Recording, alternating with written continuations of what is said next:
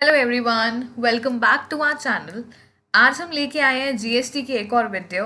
आज के इस पर्टिकुलर वीडियो में हम लोग सीखेंगे कि प्लेस ऑफ सप्लाई के बारे में क्या होता है, इंटर स्टेट सप्लाई क्या होता है, इंट्रा स्टेट सप्लाई क्या होता है, एक्सपोर्ट किसे कहते हैं, इंपोर्ट किसे कहते हैं और कैसे होता है जीएसटी लेवी। तो बात करते हैं सबसे पहले इंटर स्टेट सप्लाई के बारे में। इंटर स्टेट सप्लाई का मतलब क्या होता है? जब भी आप अपने गुड्स या services, whether it is goods और वेदर इट इज़ सर्विसेज, क्या करते हैं, सप्लाई करते हैं फ्रॉम वन स्टेट। एक स्टेट से आप क्या करेंगे, दूसरी स्टेट को, सेकंड स्टेट को सप्लाई करेंगे। मतलब आपकी क्या हुई, स्टेट चेंज हो रही है। उस केस में सप्लाई को कहते हैं इंटर स्टेट सप्लाई। जब आपने कोई भी सामान बेचा, एक स्टेट से दूसरी स्टेट में बेचा। For example, Uttarakhand is one particular state, Punjab is another one. आपने उत्तराखंड से सामान पंजाब में बेचा। If you are selling from one particular state to another particular state, the supply is known as inter state supply. मतलब अक्रॉस द स्टेट आप दूसरी state में बेचते हैं सामान, चाहे वो आपके गुड्स होंगे जो कि टैंजिबल नेचर के होते हैं या फिर सर्विसेज हो जो कि इंटैंजिबल नेचर की होती हैं। तो it is basically inter state supply. This involves a transaction where the seller and buyer are located in different states और यूनियन टेरिटरीज। मतलब आप अलग अलग स्टेट में लोकेटेड होते हैं, बायर अलग स्टेट में है, सेलर अलग स्टेट में है। तो सबसे इंपॉर्टेंट चीज़ ये है कि आपकी स्टेट चेंज हो रही है। जब भी आप बेच रहे हो, दूसरी स्टेट में बेच रहे हो सामान, आपका बिजनेस किसी और स्टेट में है, आप सामान दूसरी स्टेट में बेच रहे हो, that is inter state supply, that is across different states. ठीक है। तो इसमें बेसिकली जीएसटी इम्प्लीकेशन क्या होगा? इंटर स्टेट सप्लाई के केस में जो जीएसटी लेवी होता है, कौन सा कंपोनेंट लेवी होता है? आईजीएसटी। आईजीएसटी की फुल फॉर्म क्या होगी? Integrated goods and services tax. Basically integrated goods and services tax levy होता है इसके पर्टिकुलर केस में। ठीक है। जैसे कि एक एग्जांपल हम लोग देख लेते हैं। एक एग्जांपल है, if a supplier in Delhi sell goods to the customer in Mumbai. जो सप्लायर है वो कहाँ पे लोकेटेड है? दिल्ली में लोकेटेड है। और जो कस्टमर है वो कहाँ का है? मुंबई का है। It is inter state supply. अगर दिल्ली से सामान कहाँ बेचा जा रहा है? दिल्ली से सामान बेचा जा रहा है मुंबई में। तो बेसिकली क्या हुआ? Inter state supply. और क्या एप्लीकेबल होगा? आईजीएसटी। तो याद रखना, कभी भी इंटर स्टेट सप्लाई की बात हो रही है तो आईजीएसटी लेवी करेगा। आईजीएसटी में क्या होता है, जैसे कि मान लो अगर रेट किसी भी, आपने कोई गुड बेचा जिसका रेट है, जीएसटी रेट वो 5%, तो कंप्लीटली 5% आप लेवी कर दोगे, सीधा सीधा 5%। जैसे कि अगर हम सीजीएसटी एसजीएसटी की बात करेंगे तो हमारा रेट डिवाइड होता है, डिवाइडेड बाय 2। बट यहाँ पे आपको डिवाइड नहीं करना, जितना भी रेट होगा एग्जैक्टली वही रेट एप्लीकेबल हो जाएगा। नेक्स्ट पढ़ते हैं इंटर स्टेट सप्लाई के बारे में। इंटर स्टेट मतलब विद इन द सेम स्टेट, अपनी स्टेट में आप अपना सामान बेच रहे हैं। तो मतलब स्टेट चेंज नहीं हो रही है। यहाँ पे स्टेट चेंज होती थी, यहाँ पे स्टेट चेंज नहीं हो रही है। And intra state supply refers to supply of goods और सर्विसेज वेयर बोथ सप्लायर भी और रिसीवर भी कहाँ लोकेटेड है? लोकेटेड विद इन द सेम स्टेट और यूनियन टेरिटरी। जहाँ पे क्या हुआ, जो आपका सप्लायर है वो भी और रिसिपिएंट भी, जो रिसीव करेगा, दोनों कहाँ पे लोकेटेड है? Same state. स्टेट चेंज नहीं हो रही है। तो उस केस में क्या एप्लीकेबल होगा? सीजीएसटी और दूसरा एसजीएसटी। जो भी रेट होता है ना, रेट जैसे कि मान लो 5% रेट है, तो उसको 2 पार्ट्स में डिवाइड कर देंगे। 2.5% क्या होगा? सीजीएसटी लगेगा और 2.5% लग जाएगा एसजीएसटी। मतलब 2.5% CGST and 2.5% SGST, rate divide हो जाएगा। अगर मान लो 18% रेट होता, 18% भी 2 पार्ट्स में लगता, 9% क्या लगता? सीजीएसटी और दूसरा 9% एसजीएसटी। इस तरीके से क्या होता है, इंट्रा स्टेट सप्लाई में जो जीएसटी का रेट होता है उसको हम 2 पार्ट्स में, 2 इक्वल पार्ट्स में डिवाइड कर देते हैं। और एक कॉम्पोनेंट लगता है सीजीएसटी का, जिसको कहते हैं central goods and services tax. Central goods and services tax, CGST. एक लगता है एसजीएसटी, जिसको कहते हैं state goods and services tax. तो ये 2 कंपोनेंट लगते हैं।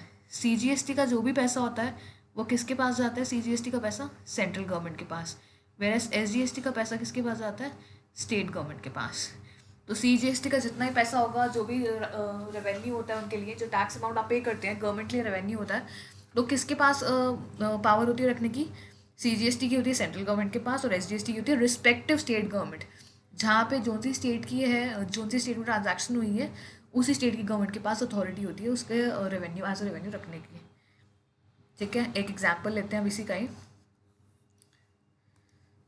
If a business in Bangalore sell goods to the customer in the same city, मतलब बिजनेस भी बैंगलोर में है और वहीं पे आपने सामान बेचा, तो उस ट्रांजैक्शन को क्या कहा जाता है? इंट्रा स्टेट सप्लाई या फिर इंट्रा स्टेट ट्रांजैक्शन। जब क्या होगा? CGST और SGST एप्लीकेबल होगा। तो जो भी रेट होगा टैक्स रेट, उसको दो पार्ट्स में बाइफरकेट कर देंगे, 2 इक्वल पार्ट्स। एक कॉम्पोनेंट लगेगा CGST, एक का लगेगा SGST। CGST again I tell you, CGST का पैसा रखते हैं सेंट्रल गवर्नमेंट और SGST का रखती है रिस्पेक्टिव स्टेट गवर्नमेंट। ठीक है, ये हमने इंट्रा स्टेट और इंटर स्टेट के बारे में पढ़ा। Now coming on to import of goods and services. अगर हम बात करेंगे import of goods and services की, इम्पोर्ट का मतलब क्या होता है? द इम्पोर्ट ऑफ गुड्स और services refers to bringing goods और services into India from a foreign country. मतलब फॉरेन से आपको क्या हुआ? गुड्स रिसीव हुए हैं, फॉरेन से आपके गुड्स रिसीव हुए हैं कहाँ पे? In India. इंडिया में कुछ गुड्स आए हैं तो उसे कहते हैं इम्पोर्ट ऑफ गुड्स। अब GST इम्प्लीकेशन क्या होगा इम्पोर्ट ऑफ गुड्स पे? For the import of goods IGST is levied. अगर गुड्स इम्पोर्ट हो रहे हैं दूसरी कंट्री से इंडिया में आ रहे हैं तो उस केस में आप क्या लगाओगे? IGST एप्लीकेबल होगा at the time of imports. Imports के टाइम पे IGST एप्लीकेबल होगा which is similar to custom duty, बिल्कुल सिमिलर होता है। The IGST paid on imports can be claimed as ITC by the importer. मतलब इसमें आपको ITC का बेनिफिट मिलेगा। नेक्स्ट आगे क्लासेस में हम लोग पढ़ने वाले ITC क्या होता है, इनपुट टैक्स क्रेडिट क्या होता है। अभी के लिए आप सिर्फ टर्म याद कर लो ITC, आगे जाके हम पढ़ेंगे कि इनपुट टैक्स क्रेडिट होता क्या है, बेसिकली किस तरीके से आप क्लेम कर सकते हैं, कौन कौन क्लेम कर सकता है, कौन क्लेम नहीं कर सकता, क्या बेनिफिट होता है, तो हम आगे पढ़ेंगे। बट बेसिकली आप याद रखिए, अगर IGST की हम लोग बात कर रहे हैं, IGST कब लेवी होता है?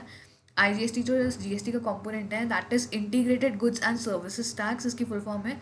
ये तब लेवी होगा जब आप गुड्स इंपोर्ट कर रहे हैं दूसरी कंट्री से, किसी भी फॉरेन कंट्री से इंडिया में अगर गुड्स या सर्विसेज आ रही हैं तो उस पॉइंट ऑफ टाइम पे IGST एप्लीकेबल होता है। लेकिन इम्पोर्टर के पास क्या चॉइस होती है? वो ITC क्लेम कर सकता है। ठीक है, एग्जाम्पल लेते हैं। If a company in India imports electrical goods, electronic goods from USA, India में कोई कंपनी है वो USA से इलेक्ट्रॉनिक गुड्स इंपोर्ट करती है, तो basically IGST will be charge on the value of goods. Goods की वैल्यू पे क्या लगेगा? IGST, and the company can use this as credit for tax purpose. Later on tax के लिए वो क्रेडिट ले सकती है, ITC ले सकती है, input tax credit.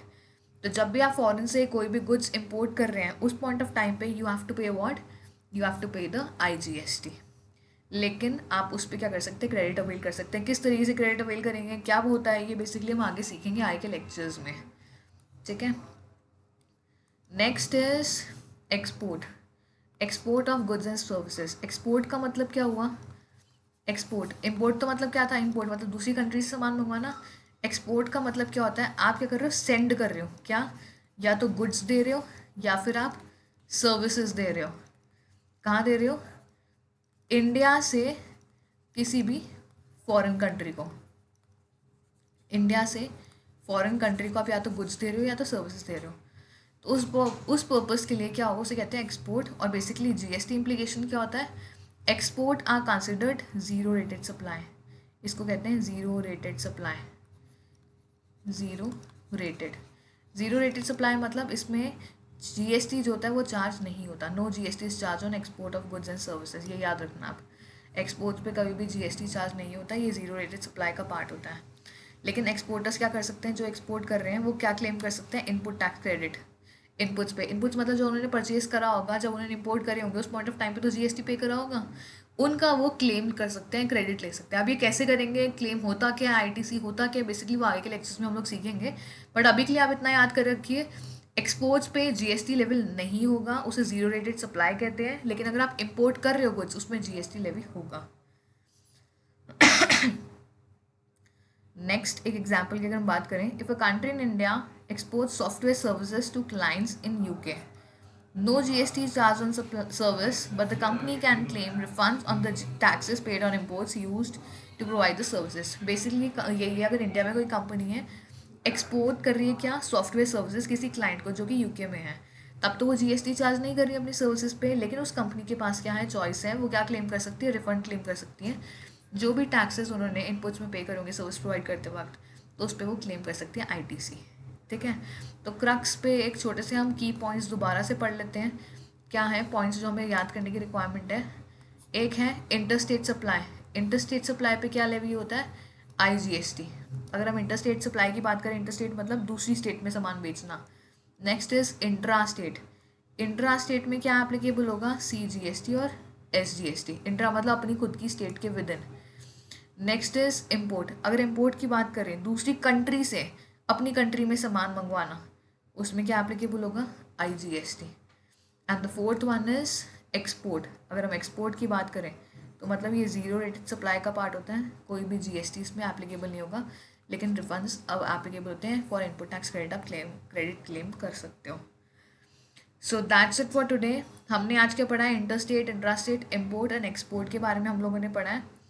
In case you have any questions, any queries, you can write down in the comment section. We'll surely reply to it.